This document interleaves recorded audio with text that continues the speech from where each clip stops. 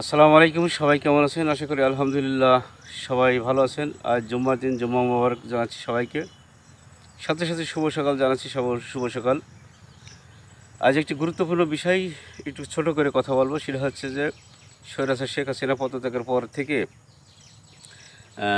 বিভিন্ন ধরনের উল্টো নেতাকর্মী জন্ম হয়েছে। অমুকের ঘর ভাঙতে হবে, বাড়ি ভাঙতে হবে, এটা করতে হবে, তা করতে হবে। কিন্তু বাংলাদেশ জাতীয়তাবাদী দল বিএনপির থেকে কিন্তু এরকম কোনো নির্দেশনা দেওয়া নেই যে অমুকের প্রতিশোধমূলক আচরণ করো, অমুকের ঘর ভাঙো, সংখ্যালঘুদের আক্রমণ করো, এরকম কোনো নির্দেশনা দেওয়া নেই।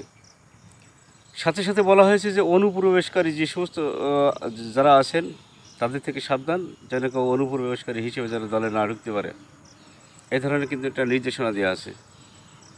যারা বাম রাজনীতি করে, ওই হাসিনা সরকারের যারা লাঠিয়াল বাহিনী ছিল, সেই সমস্ত লাঠিয়াল বাহিনী কিন্তু এখন আবার নতুন করে যোগ দিচ্ছে এই বাংলাদেশ জাতীয়তাবাদী দলের বিভিন্ন সংগঠনে, দিয়ে আবার তারা এই নৈরাজ্য সৃষ্টি করার চেষ্টা করছে এবং দলের ভাবমূর্তি নষ্ট করার চেষ্টা করছে। সেই সমস্ত ভাইদেরকে বলছি, সাবধান।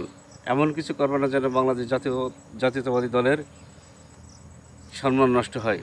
এমন কিছু করবেন না যেন আপনার ভবিষ্যতে টিকে থাকতে সমস্যা হয়।